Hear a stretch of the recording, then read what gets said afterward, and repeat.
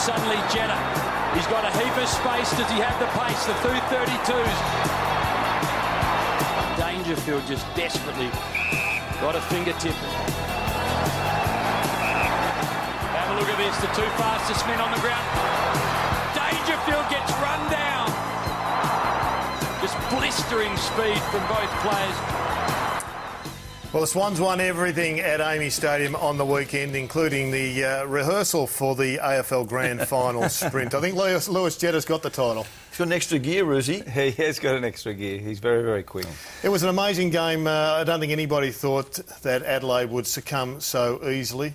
They had some reasons, of course, with poor kicking, but essentially they were just beaten by a far more mature group. One team that played September footy, and Adelaide didn't. The Swans did, Adelaide didn't. Yeah, I've seen Adelaide play a few times this year, and I've lost on the three occasions I think I've seen. I think there's some things they're going to have to overcome this week against Freo. Interesting, watching the stoppages, and you're talking about Dangerfield, and the fact that the Swans, if you watch it here, the Swans are all on the outside, and I think that this has happened. Collingwood did it, the Brisbane Lions did it, and there's Dangerfield. Not a hard tag, but you look at the Swans all on the outside, inside Dangerfield, flipped out, there's Jetters on the outside as well, and away they go. The Swans off to the races. Here it is again. Swans on the outside, and even though this time the Crows win, you watch how quickly the Swans get back to this contest, Mike. So all of a sudden, if we'll freeze it right at the end, if you count the numbers here, you've got 7 Swans versus 2 Crows. Gee, they swarm, don't they? So, well, they're a very good inside team, the Crows. Really good contested ball team, really good clearance team. But I think where they're struggling a little bit against the teams that they've lost to is just getting on the outside of the transition from the clearances. They were such an inexperienced finals team, Rizzy. Do you give that any credence? No, absolutely. Look, I think that they'll learn from that and they're going to be a better team.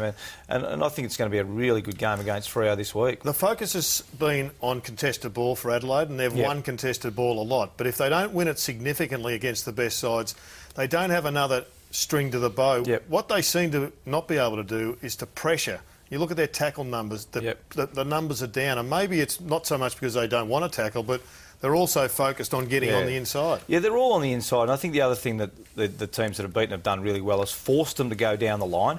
There's some teams that are really set up to go down the line. You look at the eyes here. The eyes are looking inside, looking inside, looking inside, and then they're just forced to go, but they're not really set up to go down the line as much as perhaps some of the other teams are. Ball goes out of bounds. The next one again, watch Marty Matner. Look at Marty Matner. He's saying, and if you look here, Swans have covered the outlets. They've covered the switch. They've got everyone there, and they're trying to either force them to go down the line, or if they do go in the corridor, they're trying to create a turnover like that. Why do we see so much more one-on-one footy in finals? The same coaches playing against the same teams. Why are they more conservative in finals? Well, I think it's about, and look, Alistair Clarkson's as good as anyone, and we'll talk to Sam about it later. I think it's about not changing your game plan significantly, but taking away the opposition's strengths. And I think that's what Adelaide are going to face this week as a group. Righto, guys, we know what Freo are going to try and do to us. They're going to try and sort of ring us on the outside. They're going to try to stop us, stop Dangerfield from running through. They're going to stop us from switching. And you do have to have a little bit of a plan B. I mean, the good teams and the good coaches have a game plan, and then they try and take away the opposition's strengths. 5-12 was a combination of really bad kicking, but also great defence by the Swans.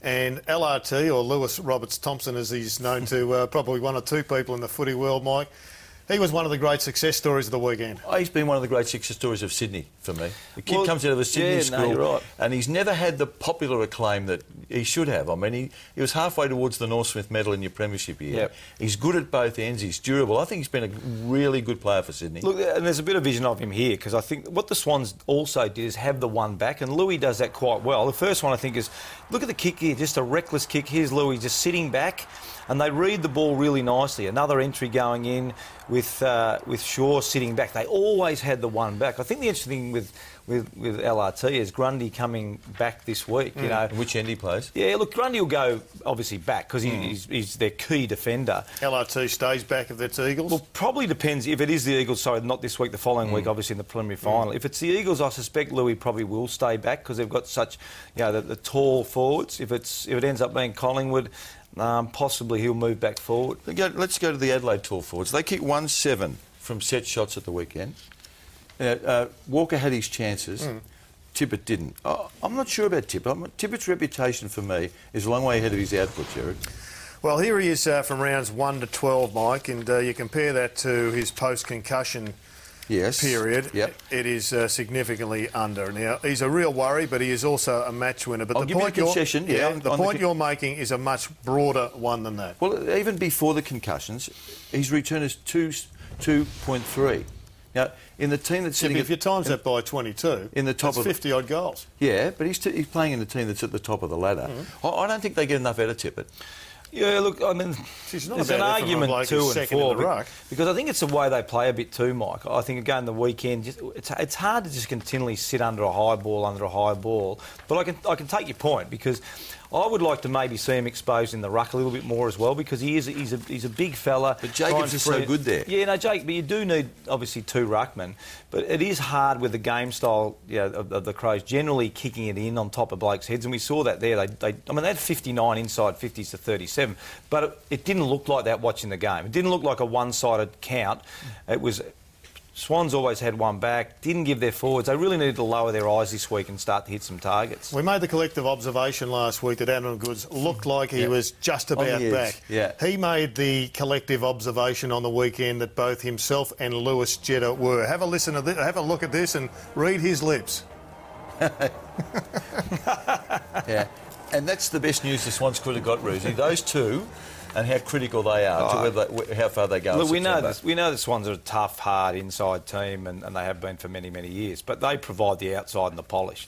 And the 2 significant moments were probably Goods' goal in the first quarter, running into an open goal. You know, Crows let him get goal side, and Jetta getting goal side on Doherty second or third quarter as well. So they would have delighted the Swans coaches box, those 2 goals. They would have been delighted to have Ryan O'Keefe in there as well. Yep. Now, we've spoken about Ryan a lot, but to think, Mike, he could well be playing for Hawthorn this week if the trade had been able to be achieved. Yeah, look, he's back in the form of 3 years ago, isn't he? He's had a super last 2 or 3 years. Yeah, definitely. Let's move on.